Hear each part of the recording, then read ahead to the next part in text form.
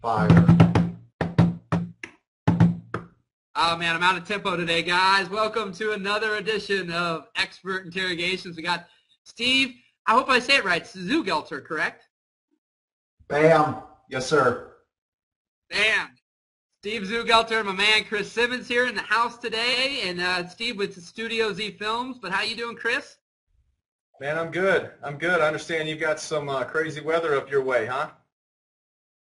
Yeah, guys, I called up Chris. I said, hey, man, we haven't talked today. I didn't know if you were planning on being on the show again. I'm like, but I hope you are because the lights are flickering. There's hail outside. It's coming down pretty hard, and I was afraid we were going to lose power, and I wasn't going to be on this call. I was looking forward to this one, but I think it's blown over, and we're good to go. So it's all good.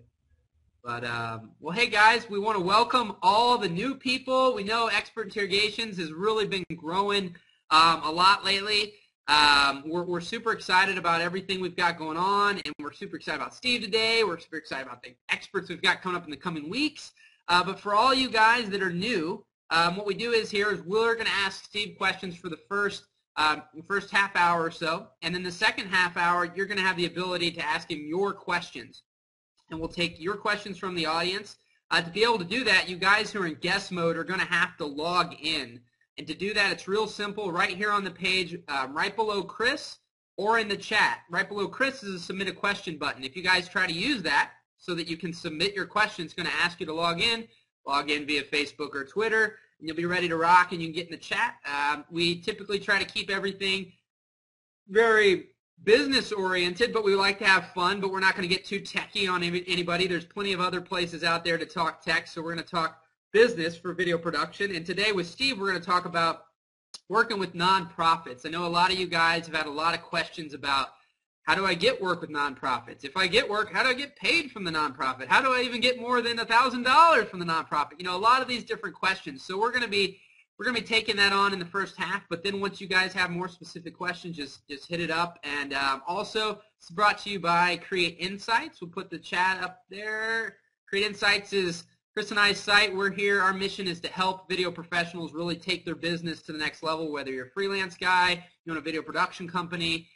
So this is just an element of that. But we have a weekly coaching program where we do 2 hours of coaching calls every single week. We haven't skipped a beat since May. You guys can check that out in the chat. And finally, we're giving a GoPro away if you're on the XI thing right here. I know a lot of stuff here to talk about beforehand, but right here, you'll see a link to that. Above, we're giving that away on the 30th of April. So that's going to be fun. So let's get into it. Welcome and roll, everybody. Steve, so we talked prior to a couple months ago about how you were kind of doing this stuff, and it was working out, but you still had your job. And a lot of guys out there are going, I've got a job, when do I go full-time? Do I quit my job? All those kind of things. So take us back there and kind of walk us through, that whole little story for everybody. Okay. So basically going way back to the beginning, I started working in television. I was making commercials at a local station where I met my wife. And I said, what are we doing? We can do this on our own. And she said, if you think you're going to go out and get some cameras and start making documentaries and commercials on your own, you're out of your mind. You're going to have to start doing some weddings to get this whole ball rolling. And this was in 2004. So the public perception back then was drastically different than it is now, right? Back then, we didn't call them films, they were wedding videos. We were videographers, we weren't filmmakers. The whole public perception was drastically different. The style that everything was created was drastically different. So I didn't want to do it, but I did it. I started doing weddings, and I started doing what I thought people wanted, right? I saw a lot of slow-mo black and white. I said, well, that's what people want, so that's what I started doing. And I never truly was really satisfied with it, but I did it because I thought that's what people wanted. And we were going through this kind of growing pains, and I left the job, but I needed to go get another job to kind of help us out. And the new job paid really, really well. So the new job that paid really well, combined with what the business was doing, my wife and I, we were doing really well. This was before any children. We just bought a new house, and we had a nice new mortgage to go along with it. And within, it was probably 2 months. Within 2 months of buying the house, I lost that good paying job, and things were going well for the business, but not well enough to carry us, right? They weren't doing well enough. So you combine that with my general dissatisfaction with what I was doing, with what I was creating. And I remember one day I sat and I said, there's got to be a better way. There's got to be something else I can do to create. And so I seriously Googled award-winning wedding video, and Joshua Smith's site came up, Cinematic Bride at the time, and that moment seriously changed my life. I saw what he was doing, and I said, wow, there's a market for this. People want this, you know, and I believed in myself enough to know that I could create something very similar, and you know, open up a different market here in Cincinnati. So I did just that, and we started doing things a little bit differently. We started to get, I guess, just a little bit of buzz. We started to do same day edits and you know, change things up a little bit. And we completely abandoned the slow-mo black and white kind of look, and things just kind of blew up. Things just kind of went bananas for us. And it's been going extremely, extremely well for the wedding. So that happened in 2007, I want to say, something like that. And at the time we were Glass Eye Video, right? And that's what we started the company as, was Glass Eye Video. And then when we changed everything up, it was more of a rebirth of a company versus a rebranding effort. So we changed the name, and everything changed with it. So that became Studio Z Film. So with that, you know, we started doing things completely differently. Our pricing structure changed, and we started to do things, you know, how we wanted to do them, right? We started to create the films how we wanted to create them versus how we thought people wanted them. And once we took that approach, you know, I was so much more satisfied with what I was doing. I could rest my head at night knowing that I was happy with what I was doing, and it was just a bonus that people were digging it, and they wanted to come meet us and pay us to film their wedding. So the weddings started to really just kind of blow up on us, and they've been going really, really well. And then I always kind of wanted to ease my way back into the corporate work, but I never wanted to abandon the story approach of weddings, and that's where I found nonprofits. For us, nonprofits provide an awesome avenue for us to create things that aren't necessarily live events or wedding oriented, but we're still able to tell stories that make a huge difference in people's lives, right? And that's important to us when we're creating things for nonprofits, and that because, you know, we get paid for them, and we get paid, you know, fairly well for them, but, you know, that money's going to come and go. So when we do things for, like, you know, the Ronald McDonald House,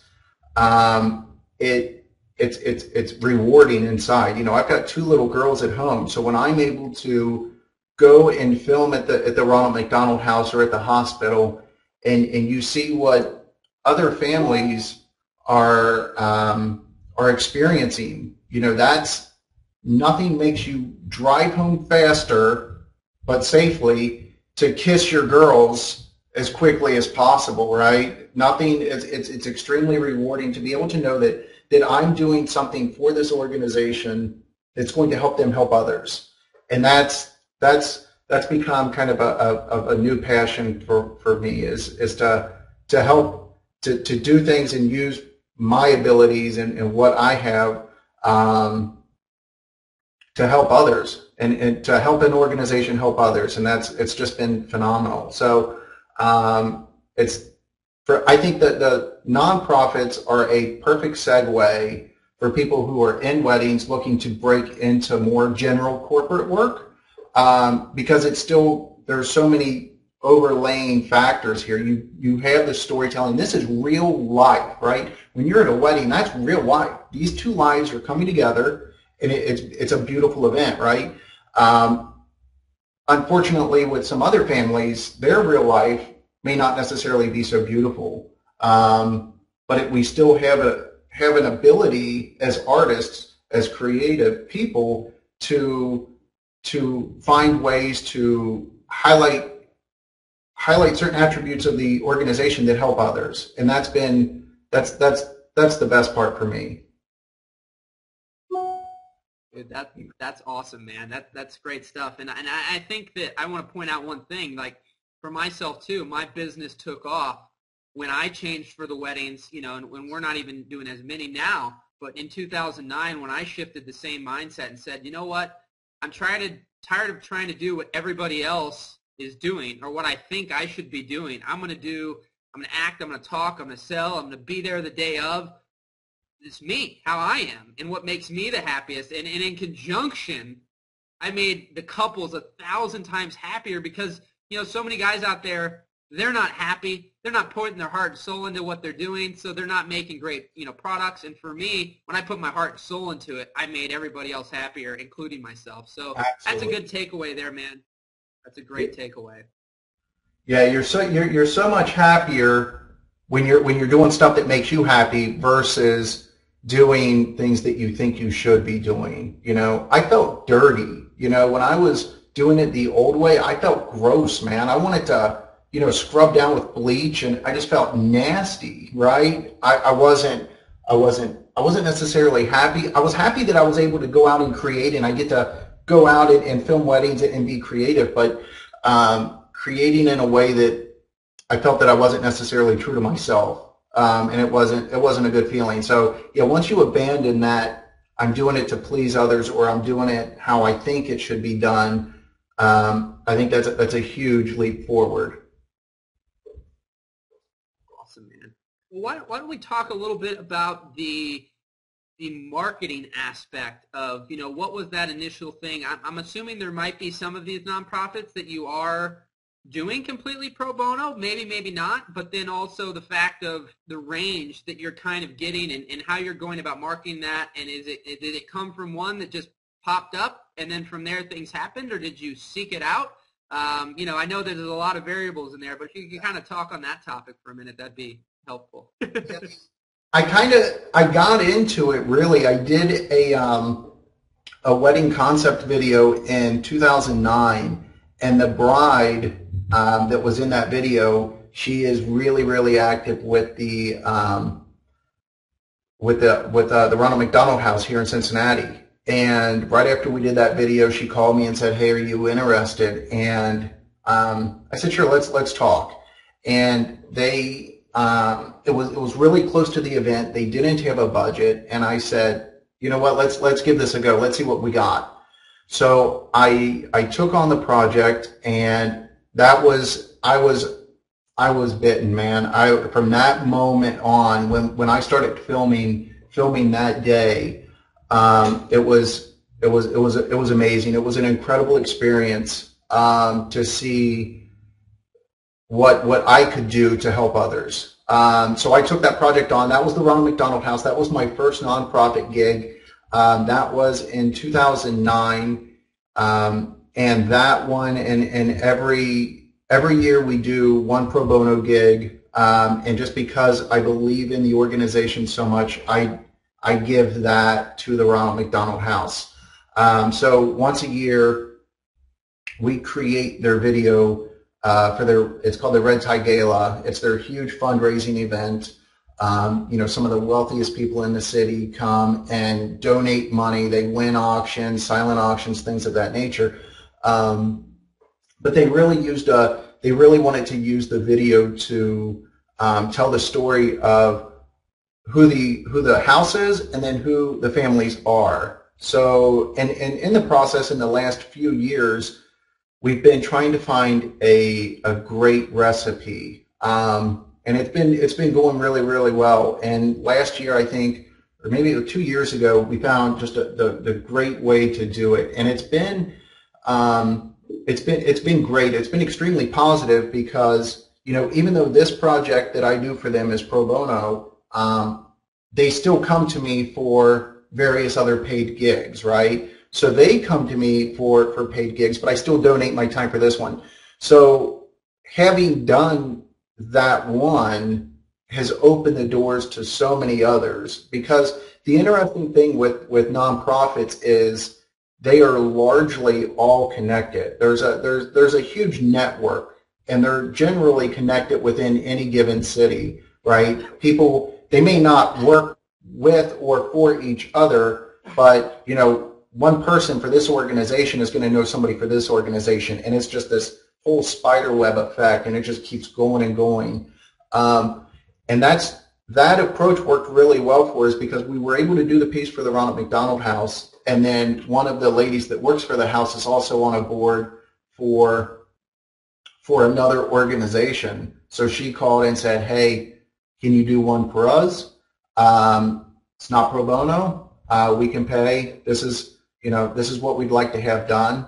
And then somebody else who's on the board for the Boys and Girls Club here in Cincinnati, she saw it, and that they have been a huge client of ours here recently as well. So it's a matter of, you know, getting in there, and even if, you know, doing the pro bono gig, that goes back to, you know, when we were trying to break things out for the weddings. We wanted to do things differently, and back in the day, you know, Trash the Dresses were really popular. Nobody was necessarily doing one. Nobody had done one here in Cincinnati, and I said, well, I'm going to do it, but trying to find somebody here in Cincinnati to wreck their wedding dress was impossible, so we hired a model.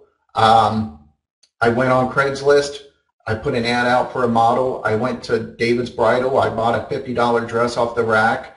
It was way too big for the bride. Funny story, it was huge on her, but we bound it up in the back and put safety pins in it, and it put the veil on. You never saw it. It was amazing. So I actually spent money for that gig, but when I put it out there, people, you know, whoa, what is this guy doing, right? It started to get some attention. So I did the same kind of approach, right? I did a pro bono gig, but it led to so much more business. I do a pro bono gig for the Ronald McDonald House, but it leads to so much more business. And it's rewarding business on a personal level. You know, I get to, again, keep going back to this, but I get to help organizations help people, and that's kind of what makes my world go around, because the paycheck's going to come and go. It's going to pay the mortgage. It's going to pay the car. It's going to, you know, put food on the table. But the good feeling, it's good for the soul, really. So it's just kind of snowballed in a way that one project leads to another, and that's been beneficial for us. And I think there's a huge myth. And I'd love to know where it came from, that nonprofit means it's nonprofit across the board, right? That nobody gets paid. And that's not the case. You know, I love to do it because it's good for the soul, but I can't, as a business owner, it doesn't make good business sense to go out and dedicate this much time, the amount of time it takes that we put into it. It doesn't make sense to do it free for everybody just because it's good for the soul, right? So we've managed to get in with some great organizations who see the value in it, and they want to pay for it. So, you know, my suggestion would be to anybody who's looking to do something along those lines would be, find an organization that you believe in. You know, if you have children, I think the Ronald McDonald House is a great organization for that, right? If you know somebody that has benefited from another organization, certainly approach them. And most nonprofits are going to have an annual event or a biannual or something like that. They're all going to have events that is going to be their largest fundraising event of the year. And that's where they showcase what we do for them. So what they do essentially with what we create, with essentially all of the nonprofits that we work with, is we create a piece for them that that educates people who aren't necessarily aware of what the organization does. We educate what the organization does, but we also tell the story of the people who are benefiting from that organization, right?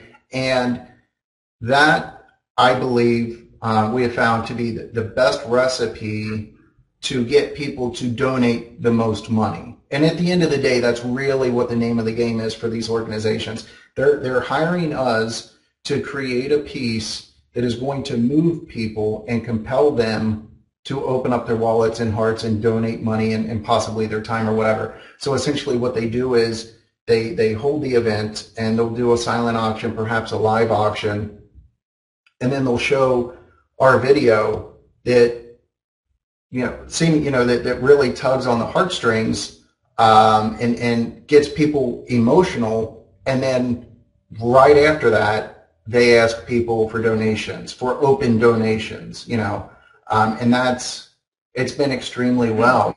The Ronald McDonald House is talking of how they have doubled their donations from year to year since we've started with them. And the same with the Boys and Girls Club. They're talking of how before we were there, before we started creating pieces for them, their donations are now doubling at their events. And are you serious? That's the kind of stuff that rocks my world, is that, okay, it's a minimal, what I'm getting from, say, the Boys and Girls Club is a drop in the bucket compared to what they're actually getting. So the trick is you've got to show the nonprofits value, right? And to do that, how I did it rather, is to do one for free, the Ronald McDonald House. You do it for free, then you can take that to various other organizations. And it's just like anything else. When you're starting out with weddings, you've got to reach out to other people in the business. You've got to reach out to photographers and planners and others in the industry, right? That can help you get business. And the same goes for these nonprofits. So once you have something that you've created, pro bono or otherwise, you can then reach out to various other organizations and say, look, this is what I've done for them, and then use a testimonial in the email. This is what the director from the Ronald McDonald House had to say about what we did for them. We'd love the opportunity to do something similar for you. I'd love to have an opportunity to sit down and talk with you and learn a little bit more about your organization, talk to you about what we can do to help you raise more money to help the people that you help. Boom, doors open. This has been great, man. I've got a whole bunch of notes. Some of you even ended up talking on. I hope you guys are loving this. We're going to take one quick, not break, we're not stopping, but and I'm going to ask you some more things. But everybody who's on here, anybody who's new and just came on, we're talking to Steve Zugelter with Studio Z Films about working with nonprofits. It's been a great call. Any of you guys who've missed some of it, you can always go back as soon as this call is over on this page right here. I'll put it in the chat. You guys are going to be able to watch the replay. Within a few days, we also put a transcript. So every question that was asked from you guys will be there. You can go right to that question. You can also go to the archives page, check out all the old calls that we've had on there. We've had a lot of other awesome people. We're going to start taking your questions probably in the next 10, 12, 15 minutes or so. Got a couple things here. We'll see how long it takes. So right below Chris, submit a question, and it'll ask you to log in if you're in guest mode. Log in via Facebook or Twitter. You'll be ready to rock. If you want to get in the chat, get over there. And I think that's good. Let's keep moving. This is great stuff. So I wanted to talk about a few things here. And some of this you don't even necessarily have to respond, but some good takeaways for everybody if people missed it. On your trash the dress thing, to bring that up for a second, which can apply to anything. Whether it's the free pro bono work or what you did in that case, so many guys go, I can't get people to pay me for this. I can't get people to do this. I can't get people to do that. But they wait until that right customer comes through the door to do it. And you said, you know what, I can't find anybody, just like everybody else is saying. But you go, screw that. I'm going to go out and I'm going to create a sample of what I'm thinking myself. And then when I put it out there, we'll see what happens. Well, then from there, Obviously, there was probably a snowball effect from that, and then people did want it, and then people did pay for it, I'd assume. Right. So there's that, and if you want to talk about that for 1 second, and then we'll go on to a couple other things, but just talk on that for just another minute of how that worked out for you. I think it's a matter of people don't know what they want until they see it, right? You know, and I had to do that with the Trash the Dress because if you don't know this about Cincinnati, it's an extremely conservative city, very, very conservative. So to ask anybody to trash their dress when most people here are putting them in boxes in hopes that their daughter or somebody will wear them, to ask somebody, hey, look, you just look gorgeous wearing this thing. Now, what do you say we go run through some mud, right? That's never that. I had a 0% of that working for me, but I still wanted to create something like that, and I knew that if I could do that, it would do a couple things. It would show that, hey, this guy's doing stuff outside the box, as well as, hey, you know, I never thought of trashing my dress. What a great idea. What a great concept. Or even if we don't trash it, we could do more of an extreme, you know, photo shoot with it. So it worked in a couple different ways in that it showed people that Steve was doing some different things, but it also showed that, hey, I never thought of that. And at the same time, on a selfish note, it helped me you know, build some self-esteem, build some creativity, push my own inner boundaries, to push myself further and further. And I think that's important too in this industry, because I think once you start to settle and you find a little niche and, you know, you find your comfort zone, it's kind of a dangerous place. It's sure it's comfortable and it works and you do what you know, but it's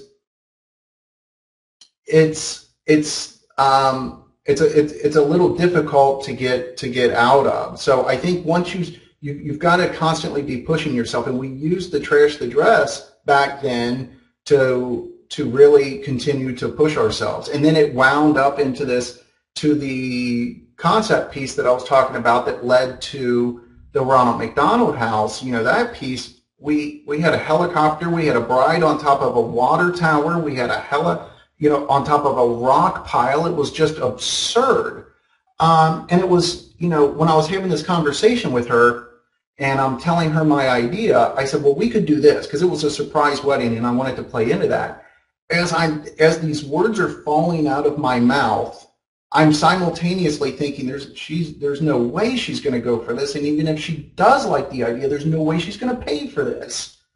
Well, then the next thing out of her mouth is, I love it, let's do it, how much? And I'm like, oh my God, what have I done, right? So now I got to get a helicopter, I got to get all of this stuff, and it just started to work, and that pushed us into, okay, great, we did a Trash the Dress, now we did this thing with a helicopter, we did this awesome epic shoot, and that helped push us further into our own abilities as well, and we do the same for nonprofits in a way that we help educate them. Like sometimes they'll come to us and they'll say, hey, we've got an idea, what if we do this? Well, you know, I think it's more emotional if we take this approach. So if we take this approach, you know, their end game is to raise more money and more awareness. So if we can create a piece that's going to do that, and they give us the freedom and they trust us to do that, then it's a win-win, because I walk away as a satisfied artist. They walk away with a better public perception, as well as larger donations. Perfect. That's great stuff, man. There's some great stuff for you guys here. And I just put on the screen, you know, I actually have been forgetting every call, I think, to do this. If you guys are loving this, we're trying to help as many people as possible. We know this is great stuff here, guys. There's a great archive. If you're loving what you're hearing right now, you can do us an awesome favor and just share or share it on Facebook or tweet it to your followers on Twitter. It's right above the chat. It says tweet or share. You can do it right there. So we greatly appreciate that if you guys are loving it. We're going to get to your questions in just a minute. Couple things here. Basically, The nonprofits, though, you doing that, it's also obviously some of these things is putting you in front of a lot of high-profile people. So although you're doing this nonprofit work, I'm sure, again, I guess I don't have your answer, but it's leading to non-nonprofit work. So you're getting other commercial work and possibly even wedding work and whatever from that. So if you want to talk about that for a second of how that's also snowballing in that respect. Yeah, it's great. It's all very cyclical. And one thing we started to do is, if we film a wedding and I know that dad is, a high-profile person, or he's the CEO of a large organization or something like that, we always do our best to create, a great film for the couple. But one thing that I do differently when I know that mom, dad, or, the bride or whomever, somebody in the family is somebody within an organization, after I deliver their wedding films, I always reach out regardless of, business ownership or not. And, I want to follow up and how did you like the film? Just make sure customer is satisfied.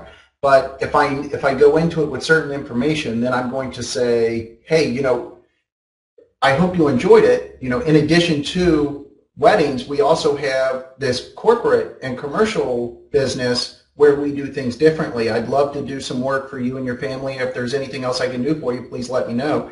And it's led to some insane projects. Just putting that out there and letting them know, because I think a lot of times brides think that you just do weddings, and they don't even think that you do anything differently. So it's almost like you have to spoon feed that information to them. So that's something we like to do, and it's led to a lot. We did a wedding, I think it was like 2 years ago, and I did the same exact thing. I reached out. I knew dad owned a large pharmaceutical company here in town, so I reached out to the bride and said, I'd love to do some work. Let me know if there's anything I can do for you. And she never got back with me. It took a little bit, but she finally emailed out of the blue. She called out of the blue and said, hey, we don't have anything for the pharmaceuticals, but we've got some projects for other companies, plural. And I was like, whoa, okay. And 2 weeks later, we're on a plane in Naples filming some stuff for the NFL Combine. I was like, how did that happen? So, and then, we did another wedding here. I think it was in Louisville, so it's a little bit south. But same situation. Dad is a very high-profile person, and this time he reached out to me and he said, "Do you do anything else?" And so we're negotiating doing his commercials, his various corporate needs, and then out of the blue, I get a call from him, and he says, "Hey, I've got a nonprofit that might be interested in some of your work." So the lady from the nonprofit calls me, and this is going to segue into how do you get people that don't want to pay? How do you get them to pay? She said, we'd like to have something done. Can you do something for us? And I said, sure, I can do that. And I said, tell me a little bit more about it, and I can prepare an estimate. And she's like, oh, an estimate. Okay, so this is going to cost. And I said, well, certainly, this takes a lot of time to do what we do. We need to be compensated for it. And she said, okay, well, I typically go to this other organization and they take care of the production for us, and it's typically at no charge. And I said, I'm not set up that way. I can't do that. And she had asked what it would cost, and I think this particular project was somewhere, it was right around $5,000 is what I quoted her, and she's used to getting this production for free for the last couple of years. Well, she called me the next day and said, okay, let's move forward. So I think it's a matter of, I had shown her what we can do. I had sent her some links to some other projects that we had done, so she could see the quality that we do, the production value in itself, but also the approach, right? She could see that we were, we knew how to compose an image, we knew how to light an interview, we knew how to take care of audio, but more importantly, we knew how to approach it and make the video work to help with donations. So, you know, I think it's a matter of just getting people to believe in you. And the way we found to get people to believe in us is just show them what we do, you know, and let them know that we're there to help them raise money. And we can do that a couple of different ways, but largely the best way that we have found is to tell the stories of the people that benefit. And that's what we all do in this industry, you know, regardless if you're doing weddings or documentaries or whatever, you know. And I know the word storyteller, story has kind of become a buzzword recently, but it's really true. You know, that's what everybody, you know, myself, the two of you, everybody here that's watching, that's what we all do. We all tell stories, and to me that's extremely rewarding, be it from a wedding where I'm able to tell the story of the couple that can be shared with, you know, 6 generations later, or a great nonprofit that I believe in, that's going to do great things for great people. That's great stuff, man. And I think that the key there is ask and you shall receive, you know, on some level. So many people are afraid of asking, you know, and for you, I want to know, and you can just do this, a quick answer on this, and we'll keep moving, but are you asking, are you typically telling your wedding clients always after the wedding about the other things you do, or does it ever come up beforehand? Well, that's a great question. That's really interesting, because here in the office, I have 2 separate companies, Studio Z Film and Zug Media. The signs are blatantly out there, right? Studio Z Films and Zug Media. So a lot of times the brides will come in, they'll say, what is that? What is the other company? Oh, that's what we do, you know? But a lot of times we're booking weddings without meeting with the couples. You know, they might be out of town, they might be busy professionals, etc. So a lot of times we're just meeting couples, or we're booking couples over the phone, through email or whatever. So they don't always get to see, you know, the sign and ask that question. But we always try to put it out there that this is what we do, this is what we can do, and it's led to, you know, like I said, some amazing opportunities, and it's all come back to. It's interesting to see it come full circle. You know, I started from commercials, went into weddings, kind of kicking and screaming, and then I love weddings now. It's awesome. You know, once I took the approach that I want to do it how I want to do it, it's the greatest gig in the world, right? You're getting invited to a party. Everybody's in a great mood. You get to play with cameras. What's not to love? You know, it's the greatest day in the world, right? So, but then I get to come back around and do more corporate work as well, and you know, it's just rewarding. It's exciting. I get to do what I love to do, and it's, you know, not how many people in this world get to do what they love to do. You know, we're lucky. We're the lucky ones, and it's fun. It's rewarding, and again, to be able to use your abilities to help others, that's priceless. That's priceless. Awesome, man. Well, you know, guys, the big thing here is to show that every one of us started somewhere, you know, too. And I think that's the big thing, is everybody thinks some, you know, different people have these unique advantages or whatever. And in the reality, the people who are making it happen and the people who aren't, it's exactly that. They are making it happen. That's the bottom line. Like, it's not a matter of Steve or myself or Chris or other guys we've had on these calls, or thousands of other people who are out there that are crushing it. It's not a matter of, oh, some stuff, they got lucky and it fell in their lap. You know, there's some things that people could hear that appeared as though luck, but you still put it out there. You still moved it forward. You still asked the question. And then, I mean, yeah, so many things. I just had something like this happen today that was like 3 months ago I reached out and just sent a message out. And then now something's happening from it, you know, but I won't get into my thing right now. But let's go to a couple more things here, and then we're going to take your questions. Get your questions in, guys, because I got one more question, and then we're going to take yours. If you're in Rainpart, if you're in guest mode, be sure to log in, and right below Chris is a submit a question button. You'll be able to ask your question. And if you you can log in via Facebook or Twitter, it's quick and easy. And yeah, yeah, so we appreciate everybody being on here. We hope you're enjoying the call. If you guys are loving it, share it with your friends, tweet it or share it so we can get some more people on here. We want to help as many people as possible. Two quick things.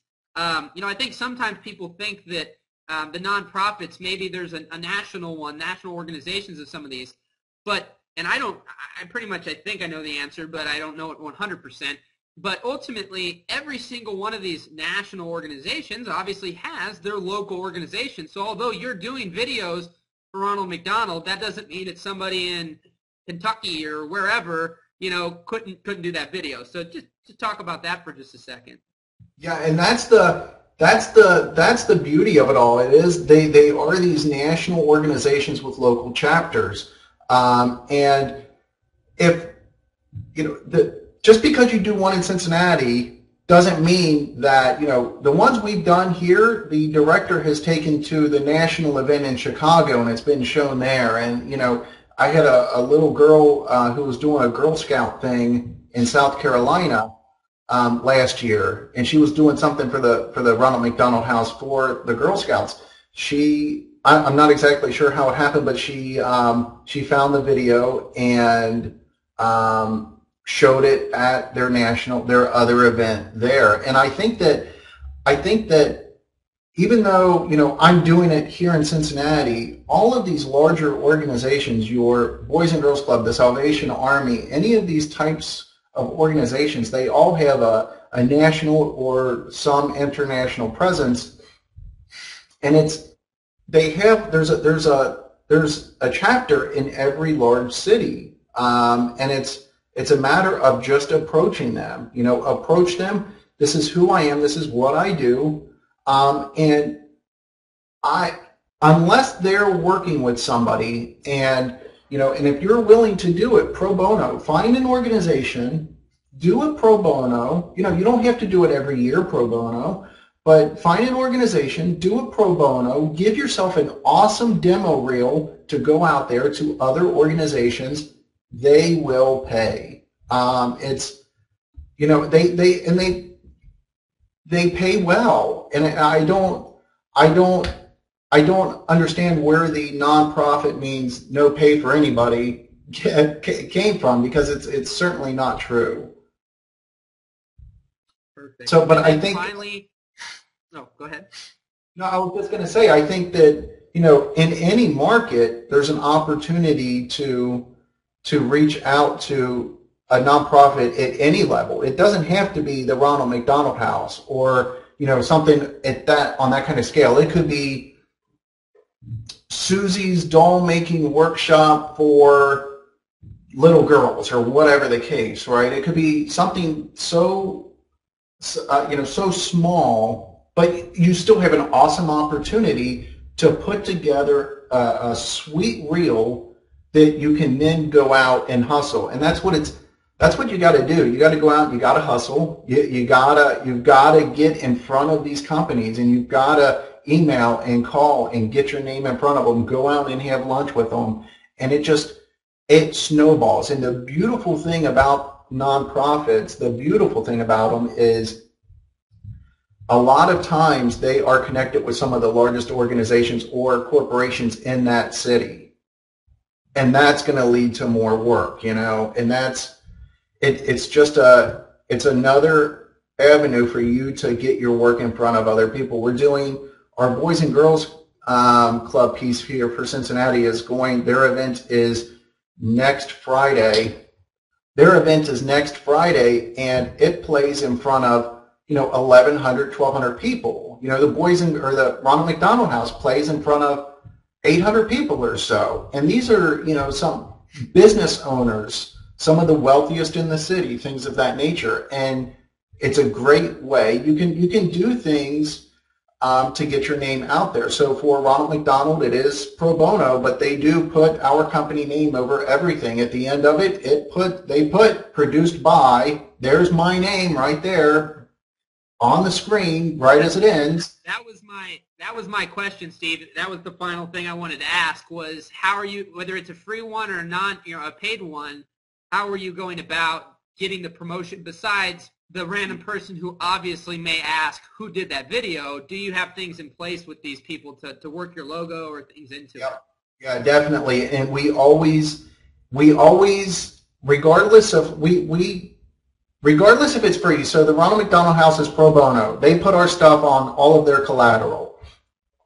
Even, all the others that pay, at the end of the video, it still gives credit to us, right? It's still going to say a Zug Media production, regardless, but we just don't get our name on, the flyers or any of that other jazz. Another thing that you can do is kind of mix the two, which is something we just did with the Junior Diabetes Foundation here in town. We did a split with them, in that we still get paid, but we don't get a full rate. It's made up in sponsorship. So we're still getting paid, and the hard costs are covered, plus a little, and then we're not getting the full rate, but it's made up in, we get X amount of money in promotional mentions, throughout the night, on all of the collateral, on the banners, on everything is going to be our name. So you can either do it, where you're paid and your name is just at the end. You can do it where it's free and your name is on everything, or you can kind of split it and find that sweet spot in the middle where you still walk away with something, but your name is being exposed to thousands of people, which, to me it was kind of a no-brainer to do it with that one. Perfect. All right, guys. Well, this has been phenomenal stuff here. We are super pumped to have Steve Zugelter on with Studio Z Films today, and we've been talking about getting work with nonprofits and the whole process, even of just doing pro bono or doing free work, and how it can snowball to other work that's not free work. Everybody just thinks that free leads to free, but really it's a matter of how you position it and how you go about it. But also just that aspect of, you've got to ask, you've got to put yourself out there. If people don't know what you do, they're not going to be able to know how they can help you. We're going to take your questions now for the next 20 or so minutes. So get your questions in. If you're in guest mode still, right below Chris is the submit a question button. When you do that, if you're in guest mode, it's going to ask you to log in via Facebook or Twitter, and you'll be good to go. And that'll also allow you to now interact in the chat and everything else. If you guys are loving this, again, please share this on Facebook or tweet it. We'd truly appreciate it. Again, like I said, we want to help as many people as possible. I know I say it multiple times, but I never know when people are listening, not listening, popping in, not popping in. So hope you're loving it. Let's get to your questions. So get those in, and I'm going to turn it over to Chris. He's gonna start taking care of that. And rock and roll, guys. Thanks so much for being on the call today. I truly appreciate it. All right, Steve. So some of these questions you may have already answered. So if you've already answered them, maybe just give kind of a rapid answer to it as opposed to really elaborating, because people can always go back into the replay and do that, or just mention maybe, well, I did talk about that earlier, and that at least will trigger that, okay, people can go back in the replay and get that. But definitely some of the people that put questions in, they may not have been here when you answered it. Sometimes people will submit a question, go away, and then come back. So anyway, we'll just kind of do the best we can with what we've got, and we'll rock this thing out. So the first question is Jonathan Fritzler. Jonathan is a Create Insights member. What's up, buddy? So the question is, how do you bring the cost and value into perspective with a nonprofit? This is a problem I've struggled with. Nonprofits still make money just like for-profit. There seems to be a price barrier where there isn't as much of one with a for-profit. How do you get around this? You've got to show them value, and you've got to show them an ROI. And how we did that with, again, going back to, I'm a firm believer in, you've got to have something to show somebody so that you can sell it, right? And that's where the original Ronald McDonald piece came from. That gave us something that we could then shop around. The original Trash the Dress gave us something that we could then shop around and turn it into profit. So that's what we do. Is we did that one. And then I would approach various other organizations, the Salvation Army, the Boys and Girls, these different organizations with a link to the video, as well as a blurb from the director from the Ronald McDonald House that commented on how great the video was, how much more money it raised, how well it told the story of the organization as well as the families that they benefit. So now it's not Steve Zugelter trying to secure business. That approach then turns it into, here's the director from the Ronald McDonald House speaking on behalf of Steve, talking about how great his video did and how much we benefited from it. So you've got to have something to show, and if you can't get a paid gig right away, do a pro bono. It's an amazing way to get your name out there and get the ball rolling. All right. Next question is from Shane. He says, what drives your passion to be in this business? With the knowledge you have now, what would you tell the 22-year-old Stevie Z? Oh my gosh. What drives your passion to be in this business?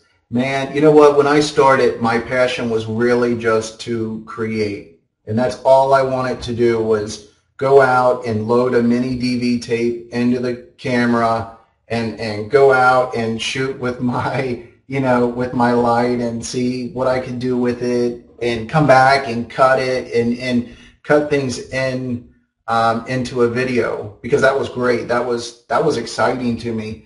But now my passion has changed into constantly pushing ourselves. What can we do differently to constantly be upping our game, right? What can we do as a collective team here at Studio Z and Zug Media? What can we do that's going to set us up for future success? What can we do to set us up for future success, but also give us immediate satisfaction of, wow, that was epic. That was awesome. And you know what? My passion has kind of shifted as well. I still love to create. I still love to push myself, but I love to watch others grow. I love to help others and help them grow their business. And if there's something that I can do to help others grow and achieve some success, that's awesome, man. That's the beauty. That's the stuff that rocks me, is that knowing that I've done something to help somebody else grow their business, and then a few years later they could be right here doing the same thing. It's sweetness, man. And that's, again, going back to the good for the soul nonprofits. It's not always about the dollar. I love doing the Ronald McDonald at this point. The first one was just really for a demo to get it out there to shop around. Now I continue to do it because it's good for me, man. It's good. It's good for the soul, and that's my passion. I want to help others grow their business. And if there's something that I can do that I've learned along the way, be it doing things right or doing things wrong, if there's something I can do to help somebody else, that's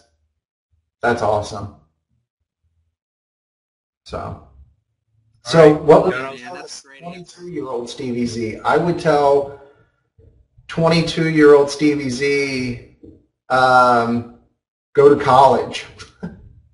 Because I didn't start college till I was 23. So I was late, starting college. But you know what? I wouldn't be who I am now. I wouldn't be who I am now at 37 if I wasn't who I was at 22, 23, right?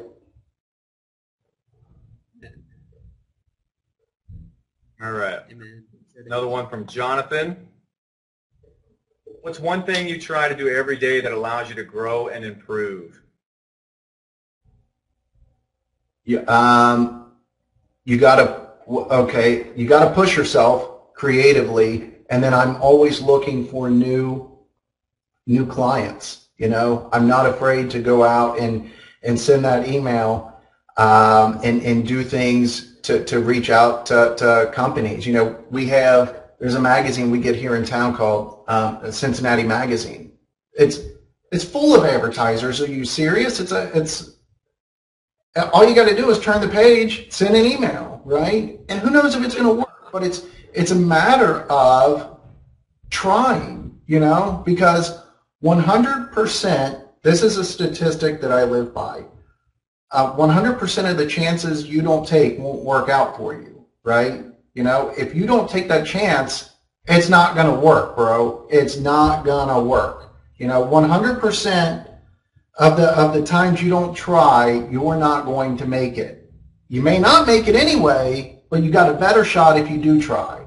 So go out and try. You know, it doesn't take much. And what's the worst that's going to happen? They're going to come back and say, sorry, we're already working with somebody, or I'll keep your information for later. Okay, great. You're going to keep my information for later. I'll follow up with you in 6 months. You know, and that's how we operate. I love it, man. I always say the worst thing that's going to happen is you get a no, and you get a no when you don't ask. You know, you have opportunity for good things to happen when you ask. I've had, I mean, everything exploded for me by just simple emails, you know, just like you're saying. So, guys, go out there. You know, challenge to all of you right now. There's 82 of you on the call live. Pick something today when you get off of this call and send a simple email. It doesn't have to be thought out for 7 hours and whatever and be perfect. I've sent some of the crappiest written emails. It just had good value. I know we've talked about this before with Chris and other people on there. Provide value, especially if you're reaching out to someone. Don't ask. Like, if it's going to be the pro bono or free, go out there and provide value to them first, and then you know, you'll get value in return. But don't go out asking for people to do things for you that you're coming to them for up front when you're just trying to build some relationships. So rock and roll. All right, Steve. Which format is the best bang for the buck for nonprofits, i.e. testimonial, short documentary, etc.? I'm going to go with, well, I think you can do a mix of the both, right? So when we do the Boys and Girls Club, we talk to, you know, we're interviewing, it's all interview based. So we're interviewing these kids who live in, you know, not the best part of town, who maybe don't know their mother or their father, and they don't have, you know, good clothes or, you know, the necessary resources. So we use their stories to pull at the heartstrings, right? And then we circle back to the professionals, such as the board, you know, the directors on the board or superintendents of the schools or whatever the case, and they talk about how great the Boys and Girls Club is for the city. So we're able to create two different almost purposes of the video. One group is talking about the benefits of the club, and then the other is talking about how if I wasn't in the club, I would be out, you know, not doing good things with my life. Things wouldn't be happening for me the way that I wanted them to be. And then we just kind of weave these things together in a way that creates a cohesive story that works best for these organizations. And the same goes for, you know, Salvation Army, the McDonald House, any of these, the smaller organizations that we work with. It's all primarily the same. Perfect stuff, man. All right, Jim is asking. I love what Dan Rollins. Oh, sorry. Go ahead, man. I was just going to say real quick, Dan Rollins, you know, he's a Create Insider member, and he says if you're passionate about what you do, let it come across every time you talk about video. I have had several clients choose me because I was more excited about their project than my competitor was, sometimes more pumped than they are. So that's something to, you know, to get across, guys. Make sure that when you're talking to clients, just freaking show your passion, show your love for it, and you can out-passion the people that, you know, they're talking to. It sounds cheesy, but, you know, I believe it to be true 100%. So that's it. All right. So Jim's question is, can you give us a price range for, you know, 5 to 15-minute promo? That's a pretty big range, so maybe just break it down into kind of what your typical situation is for those kind of projects. Okay. Yeah, there are so many variables there. One is, how long are you going to be shooting? Is it a half day, a full day? What kind of crew are you bringing along? What kind of equipment do you need? Do you have to rent anything? What's your post-production schedule look like? Do you need any kind of specialties that you're not necessarily well versed in. So do I have to send anything out for any kind of extensive After Effects or anything like that? I know there's a general calculator out there that people say $1,000 per finished minute. That's pretty rough. You know, that'll get you in the decent ballpark. It's really about, you've got to calculate your day rate, and everybody's day rate is different, right? So my day rate is different from my shooter that comes along with me, or anybody that's editing on the film as well. You know, everybody has a different day rate, so there's so many variables. But I would say a general rule of thumb would be the $1,000 per finished minute. So, and a lot of our nonprofits, we're ranging, you know, in the $5,000 to $10,000 range per video. So, you know, I think that, you know, that kind of debunks the they're not willing to pay theory. So, and it's a matter of, again, you just got to show them. And once you show them 1 year, they're going to come back the next year and then next year. So it's automatic repeat business. And that's something that you're not going to get. You know, weddings can give you different people, but you're not going to have the same people, hopefully, Right. over and over again, Right. like, you know, something like that. So, Mauro, what's happening, buddy? His question is, how do you blend your creativity with the customer needs? Which is more relevant? Goodness. I think you've got to find their needs, right?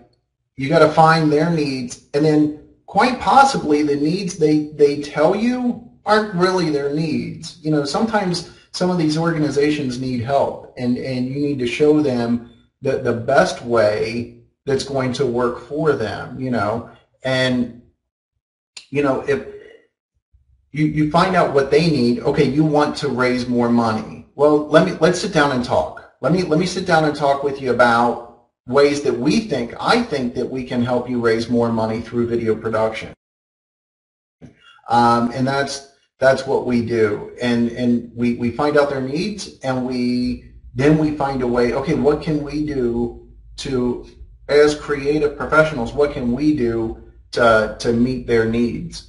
And that's going to be different for everybody. But I think it's a matter of what can you do that makes you feel satisfied, as well as meeting the client's needs as well. And it's going to be different from project to project, because the approach that I take with the Boys and Girls Club is completely different than the Salvation Army or the American Heart Association or the McDonald House even. You know, it's just a different approach, different people, different stories, different circumstances, and so many variables. But you find a way to mix it. perfect. Now, we're at the 3 o'clock. We talked about it. I know you got to give your line. Give your line that you said, if you can remember it. We're going to go a little bit over. And what did you say to me earlier? Do you remember? I'm here for the people. Nice. So we're at 3 o'clock here, guys. We're going to stop the questions. No more questions from anybody. We've still got about 12 in the queue. Everybody must be loving what Steve is doing here. So we're going to try to get through all of your questions, but no more in there. So if you guys just stop that and listen. You know, obviously, if you're loving it, we're always talking about getting people back in the future again to do even more. You know, to help everybody out. So we're loving it. If you guys are loving it, share this on Facebook or tweet it to your friends. We wanted this to reach as many people as possible. We truly appreciate you guys being here. So rock and roll. Let's keep on moving. All right, Andrew, what's up, buddy? Another Create member. Andrew says, Steve, what type of video outside of the event that a nonprofit typically go for? Is it a story about them or some other specific type of video? So not necessarily the fundraising video, but what's some other content that they hire you to produce? General videos for their websites or other. They all have different things. So the McDonald House has hired us to do what's called a check-in video. So they get families from all over the world who will come to the home, and they obviously have different needs. They all have each family has different needs, but the house in general has rules. You know, there's only one way a place that houses 80 families from around the world can function is if there are certain rules that people need to follow. And so we created something like that for them, in that this is what the house is. This is the benefits of the house. We've got laundry, television, computers, all of the luxuries of home. But we do ask that you follow these rules. No smoking, television off at 10 o'clock, whatever the case. So they all have different needs, for it. Even if it's not fundraising, it could just be a general, this is who the Boys and Girls Club is. These are the families we help. Even though that video may not be shown at a fundraising event, it's still showing who the Boys and Girls Club are and who they help. Dan the man, Rollins. When a nonprofit organization says, well, we are a nonprofit and have no budget, have you found an effective response to have them go to their donors to raise money for the video? Or have you gone to talk with the board about raising the money? No, I pretty much just deal with one person. You know, like I said, not too long ago, it was just a few weeks ago, I got a lead on a nonprofit. She called me and I started talking estimate. She understood that meant there would be a cost associated with it. And I explained, look, I can't do what we do at no cost, you know. And they had been getting no cost production for years. And I'm not exactly certain on what happened with that, but she called back and said, okay, let's move forward. And I think it's a matter of, again, going back to, you've got to show them, okay, great, here's a video, but more importantly than this great video that we've made, here are some words from the director of another organization that we've helped.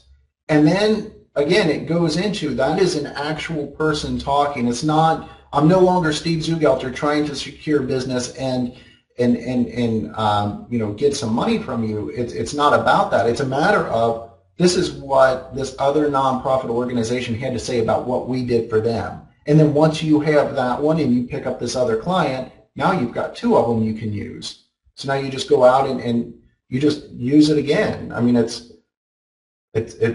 just works. Once you have one, you can get a second. Once you have a second, you can get a third. And I think it's a matter of, they just have to see real value in it and know that, and hear it from another NPO. They have to hear it from somebody else that, yeah, what Steve did was hugely beneficial. You know, what we raised, you know, even though the video cost us $5,000, we raised $100,000 more this year than we did last year. That percentage is pretty good, I'd like to think. So it kind of starts to speak for itself. Are you getting testimonials from people, like video testimonials ever from any of the people? Are you guys no, I just get it in a written, you know, we'll just get it in a written form, you know, through email. That way I've got something I can copy and paste into an email, as well as I've got something we can put on our site. That begs a whole nother debate, Michael. We need to have a show where it's basically how effective is video, it's selling video. But anyway, that's another topic. Interesting. Because I'm the same way. I'd much rather just package it all into a printed proposal. And I mean, I don't know. I mean, it's just using videos to sell video production just has never worked well for me. All right, so let's see. Adrienne, could Steve give us some insights on how to charge for a wedding video? What pricing strategies does he use? Wow. We got the questions, man. We got the questions. Yeah, it's the pricing structure. It's a matter of what do you think you're worth, you know? And that's kind of what it comes down to is, you know, what are you doing differently? And if you don't ask for it, you'll never get it. I mean, there was a point years ago where you know, we were charging, you know, somewhere around $2,000, and at each step we were hesitant to take that step. You know, when we were charging, we did our first wedding for 200, then we started charging 600, then we went to 800, and we sat there forever because we're like, we can never hit $1,000. That's absurd to think that we're going to get that kind of money. So we sat at 800 forever, and then we bumped it up. I don't remember, but we slowly crept our way up. But each time was with baby steps and great hesitation because we thought there's no way we can get this. And it's a matter of, you know, I think each person as an artist knows what they're worth, you know, and what the value of it is. So it's difficult to say what someone else should be charging. It's just what we do is how much time we put into it, and we put a lot of time into it. How much do we need? You know, when we do a same day edit, you know, I'm bringing on somebody else to help me out. We have 2 shooters and an editor, so it gets when you start talking that kind of staffing and the equipment and the time that we put into it, you know, there's a cost associated with it. So I know that probably didn't necessarily answer. Again, it's just different. It's different for everyone. And I'll say this: if you don't think that I answered the question, you know, in the best way, or if you have another angle you want to take it, I'd be, you know, certainly send an email to me. I'd be happy to give some more information. Comfortable putting the email there, or just go to a contact form on your site, or? Yeah, just go to the contact form on the site. You can put my email up, whatever's good. Yeah, if you could type it there. I don't know that I actually have it right off the top of my. Okay. I'll put your site there though too. Okay. All right, Andrew's got another question. He says, Steve, you seem to get a lot of work from direct connection from other work. Outside of that, what are some of your other marketing approaches? Do you do cold calls, and what is or would your approach be for that? Yeah, I mean, we don't do cold calls because I'm not comfortable with it. You know, I hate it when somebody calls me with the same type of thing. Nobody's really comfortable with that. So I prefer to hide behind the veil of an email, and it works. You know, I'm comfortable doing it. There's a link. I can now put links. You know, if you cold call, you can't put a link in a telephone call. So if I send an email to a company, if I'm thumbing through the magazine and, oh, wow, I'd like to work with that organization, I'm going to email them, do a little research to find out who in the company I should reach out to, or at least get as close as possible. Find out who I should reach out to, and then I'm going to email that person with, you know, this is who I am, this is what I do, as well as, you know, I'm then able to send links and use the testimonials from the others. And then, of course, you certainly can't beat old-fashioned networking. You know, there's a group here. There's a Cincinnati chapter of the American Marketing Association. And we're members of that. We belong there. So it's a great way to meet other people who may not know that they have a need for your service until you hand them a business card, and it works. You know, shaking hands is a great way to bring revenue in. All right, let's see. Bill Brown, do you think the main challenge of nonprofits is the mentality that nonprofits mean no money or budget? How do you help them see that ROI? If you want to just blast through that real quick. I know we kind of said that a lot today. Yeah, I think you can definitely, I think that's the biggest myth of it all is that nonprofit means nonprofit for anybody that works for them, and nothing could be further from the truth. Do you honestly think that the executive director of any of these organizations is Do you think any of these organizations is actual, the director or any of these employees is actually working there just because it's good for the soul? I'm sure they would, but, that's a big myth, and it's a matter of what can I do to show, you've got to show them that it's good. And I can show you 12 videos, but okay, that's great, Steve. You're good at what you do. What's that going to do for me? Well, what it's going to do for you is what it did for the Ronald McDonald House and the Boys and Girls Club and the Heart Association, yada, yada, yada. So now I've got all of these, testimonials from these different organizations that I can use for this other organization to get another client. That's the way it goes. That's how we do it. Hey, real quick, I've got to, I know my little girls are watching, and I want to say hi. Daddy loves you. If you can see this, they're Daddy's little girls right there. They're all jacked up. Daddy's all famous and on TV. So hi, sweethearts. Daddy loves you. I love it, man. That's super awesome, man. Dude, I love these calls, guys. I hope you guys are loving it. Steve's freaking awesome. He's crushing it here today, and we appreciate his big heart and being out here to help you guys, and stay for the extra questions because you guys are really pumping them out there, guys. So we don't have an added anymore, but thank you, man. Thank you so much, buddy. Sure. Yeah, we're hoping they're not reading the chat because it hasn't always been kid friendly. But well, so, yeah, I think we're okay. It hasn't been horrible. So it's definitely, I don't think there's been any curse words in there yet today. So that's good. All right, so James is asking, I've been asked to sponsor some events myself. What part of sponsorship do you get the most value from? The brand mentions, logo on video, etc., or the people you actually meet and interact with at the event? Yes.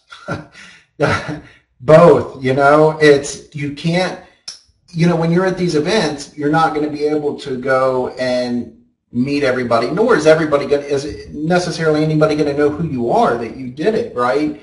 So you can shake hands and meet as many people as you want, but there's nothing that compares to having your name, next to these other supporting organizations, right? I'm listed there with Kroger or some of these other big name organizations, and the fact that at the end of the video, when people have soaked it all in, there's my logo sitting there nice and pretty on a giant screen for them to soak in and write down and email as soon as possible. So there's nothing, the shaking hands and the meeting people, that's awesome. And when you're at these events and you do a great job, the director or any of the other employees, they're going to let you meet other people. So I try to stay close to them as possible at these events if we're able to attend the actual event, just because I know that a lot of high-profile people are going to be hanging around that person, and I want to hang around that person too, right? So it just works. All right, we keep getting questions, guys. So I think we're going to have to pick a stopping point somewhere, Mike. I don't know what you want to do, but we've pretty much been staying at 9 questions for about 20 minutes.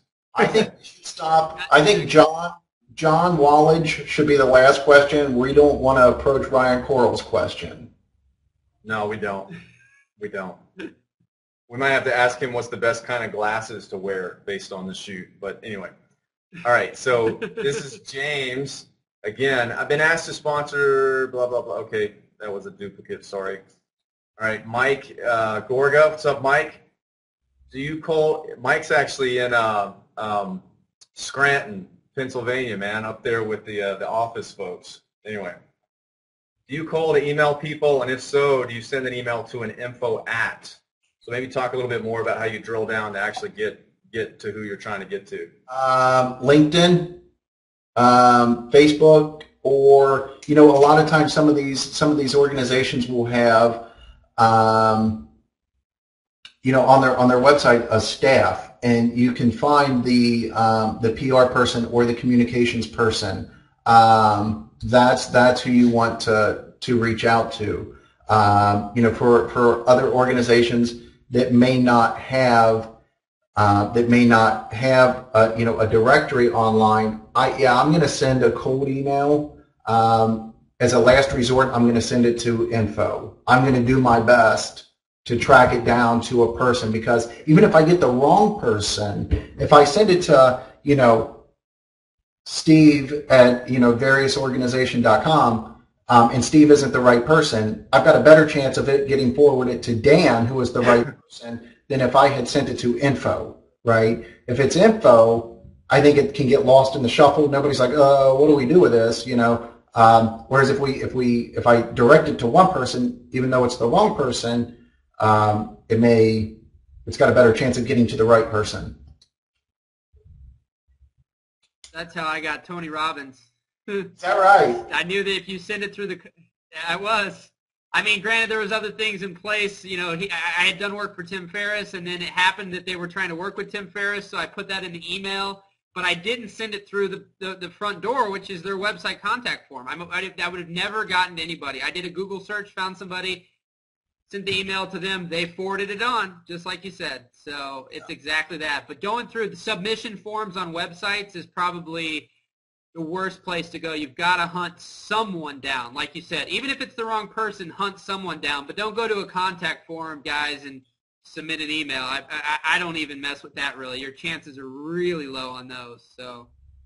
So I want to say to Nick and Max, these questions, I believe your guys' questions were answered pretty effectively earlier in the call. So once we post the transcript, if you guys want to circle back around, that way you don't feel like that we're just dropping your questions here. And then Paul, in terms of the technical stuff, we try not to deal with that a whole lot here.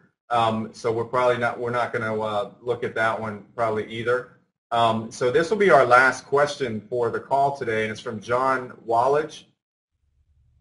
He says, when I was working for the BBC, I went to Ethiopia to film for children in need, and what I saw there hit me pretty hard. How do you deal with the emotional aspect with filming for a nonprofit organization?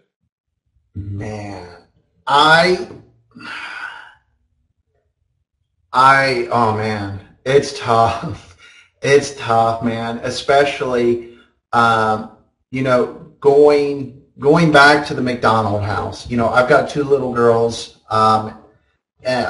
Obviously, they mean the world to me. I am an incredibly fortunate, lucky man to have been given two extremely healthy little girls. And when I step foot into the Ronald McDonald House, and the first thing that you see is a child that is your child's age, that is lost her hair from cancer treatments,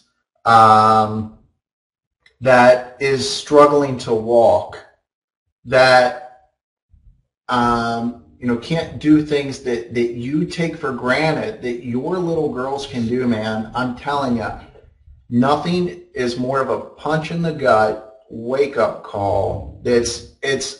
Nothing makes me want to drop my gear and drive home and hug my little girls. And that's part of what drives me, man, is knowing that, I'm helping that little girl. You're helping when you went to Ethiopia. You're helping those kids, right? So know that, and that's just, my approach is just know that what I'm doing is helping others. And it's a tough one, man. When you go and you film, we did some stuff for the Salvation Army, and a couple years ago there was a woman I was interviewing, and she could barely talk because of her years and years of drug abuse. And it's those kinds of things that really drive me, and knowing that, wow, look at different avenues that people take, and how did I end up here, and what's her specific story, and I want to know it, not just so, for my own selfish reasons, not necessarily just to help her through this organization, but I as a human being have a genuine interest in in this person. And yeah, that, how do you deal with the emotional aspect, man? It gets tough, but it's to me it's extremely rewarding. It's some of the best stuff I've ever done. All right, man. That's it, buddy. Done some stuff just like that. I can roll. Is that it? Steve, thank you so much for being on the call. Yeah, I mean, we could probably obviously go on here. There's still 70 plus people have been on here for over an hour and a half with us today. So that's pretty phenomenal, and everybody obviously really enjoyed the call. So man, I appreciate you taking time out of your busy schedule today to be on here with us. And I know that you love helping people, and I know you helped a lot of people today. So. Thank you. You know what? And we didn't get to touch on it much, but you can't deny the power of social media. So when you do something for a nonprofit and you post it out there, that person's going to be friends with another head of another NPO, and it's just gonna be connected. And I just want to, real quick, I want to answer Ryan Coral's question. I don't know, buddy, but I just hope it doesn't look like yours.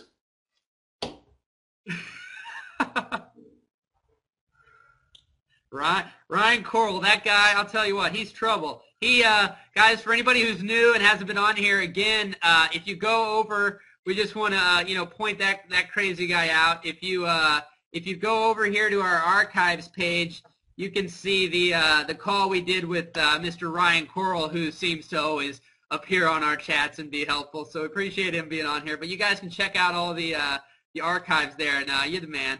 But yeah, we're going to say a few things. We'll let you go. But man, again, I appreciate you being on here today. So we've got some things probably in the works that we'll want your help on in the future. So. All right. It was a blast. I appreciate the invite, man. I hope it was helpful. I don't think I was able to type my email in, so if you're able to post it, that would be great. If people if they want to ask further questions, to dig deeper into their questions, whatever, I'd be happy to help. Sweet, guys. We've put his website up on the screen, so there you can use his contact form. I'm sure he's not not seeing his contact form. So the emails and the website and everything's there on the screen right there, so you guys can reach out to Steve personally if you want to follow up some more. So thanks, my man. Good deal. See you, man. Take care, guys. All right, we'll see you, buddy. All right, bye. Thanks. Tell your daughters hello. I will. I know they're watching. Daddy loves you, girls. I'll see you soon. Bye. See ya. All right, rock and roll, rock and roll. Well, we hope you guys have enjoyed that call. Another awesome expert interrogation. And for all of you who are new or haven't been on here before, we typically we do one a week, every single week for the last I don't know, like 9 weeks now, at least one. But we try to do two every Tuesday and Thursday, 2 p.m. Central Standard Time. So. We've got a lot of great people. We have a GoPro giveaway. If you guys are on the expert interrogation page that just put on the thing, you can go to any of these old calls, and we have replays of all the old calls we've done. This call will be a replay. As soon as the call is over, you can start rewatching it. But on every single call, you can go back, and below it says transcript, and you can actually see every question that we discussed. So you can go right to that time code in the question. But we're also giving away a GoPro, which we're going to give away, and it's on each of those pages. There's a link to the contest. We're giving that away on the 30th of April, and we're having Griffin Hammond from Indie Mogul from YouTube is going to be on here. He has a huge YouTube channel. Some of you guys may have heard of it, so he's going to be on here. We're going to announce the winner of the camera on that show. And then also I'm going to put on here, if you guys are curious about what Chris and I do, we bring this show to you from our main site, which is Create Insights, which you see on my name here in the chat. I've also just put it on the main screen. We'd love it if you guys would go check that site out. We've actually just put up a brand new page, and some of the members who are there right now, there's a couple we still have to add who might be on the call, but we have a success stories page. And I put that link for any of you guys who are curious. I've put that link on the screen. It says createinsights.com/success stories. Check that out. We are super, super, super proud of what we've been able to accomplish in just a little less than a year with some of our members over at Create Insights. We have a coaching program where we basically do a coaching call on this same type of platform every single Wednesday for 2 hours. There's a ton of replays there. There's a trial that you guys can go try out. Get in there and check it all out. See all the old replays. There's hours and hours of calls. And again, every single call has a transcript, so you can see the questions that were discussed. And you can email us if you don't, if you can't make a call. So we appreciate you guys being here, and we appreciate your support. So if you can honestly go over there, check out Create Insights, and check it out. It's not just to support us, but it's to support you guys, because there's nobody out there doing really what we're doing right now. We're pretty confident in that for this industry, and so we're out here to make sure that we can help you guys out and provide a valuable resource for the business side for video professionals. So if you loved it, share it, and tell your friends about it. We want to, again, help as many as possible. So rock and roll next week. Let me look really quickly, tell you guys who's coming up. Let's see if I can get it real quick. Chris, if you want to say something while I'm looking that up. No, just saying, again, you'll notice on the call earlier, we try not to spend a whole lot of time talking tech, the technical side of what we do, because you can get that everywhere. I mean, NAB, it's a whole week of just all the tech you can handle. Everything that's online is tech, tech, tech. But what people aren't doing is spend a lot of time teaching you how to convert that technology into money. And so that's kind of what our passion has been, is just saying, you know what, let's create this massive online resource so that we can serve people really worldwide. And that's what's been so cool about this, is that people are learning how to apply their skills, and in some cases, gear that's not even really fancy gear, and how to make money, how to generate revenue, how to make smart decisions about buying gear and investing in marketing and all of that kind of stuff. So if you check out those success stories, on that link right there, you're going to see how some people, are going where they're averaging, $500 or $600 a project, and now they're averaging, $3,000 to $5,000. There's one guy that said, how $24, which is our monthly membership fee, resulted in a $20,000 contract, just because of the stuff that he was learning in our coaching calls every week, as well as networking and sharing ideas with other people within the community. So definitely, guys, check it out. I mean, come on, it's very inexpensive. Not to mention, you can get in for really cheap, basically free or $1 trial. I don't even know what it is right now. But the bottom line is that it's easy to get in, 30 days, test drive it, see if you like it. And if you don't like it, no big deal. But we think you're going to love it, because the retention rate right now, I mean, our average member, is staying with us well over, 10 months. So it's obviously people are getting in and they're loving it. And in 10 months, and we started this thing 11 months ago. So that just shows you that people that join don't quit, because they do definitely see the value in what we're doing over there. So, guys, we've got Chris Savage actually from Wistia next Tuesday. So I'm super pumped to have him on. And then we've also got, let me see if I can find it really quickly. Here it is, guys. I'm going to put this in the chat. I'll give you a sneak peek of who we just locked in while I was on the call. So we got Chris Savage from Wistia next week. And then check out this demo reel. I just found this guy on Twitter. Super freaking incredible demo reel. I just put it in the chat. You guys got to check that out. We're going to have him on next Thursday. His name's Mike Buniatu. I'm not sure how you exactly pronounce it, but he's got some amazing work. We locked him in, and then, like I said, Griffin Hammond on the 30th of the following week. So get on the email list. We've got some great fun little giveaways if you get on the list that's right above the call, too. And we'll notify you of all the future calls so you guys can rock it out. So appreciate y'all staying on here today. There's still 50 left after an hour and 45 minutes. So great call. You guys rock, and have a phenomenal rest of the week, and stay safe. So we'll see you guys later. See you guys. Thanks.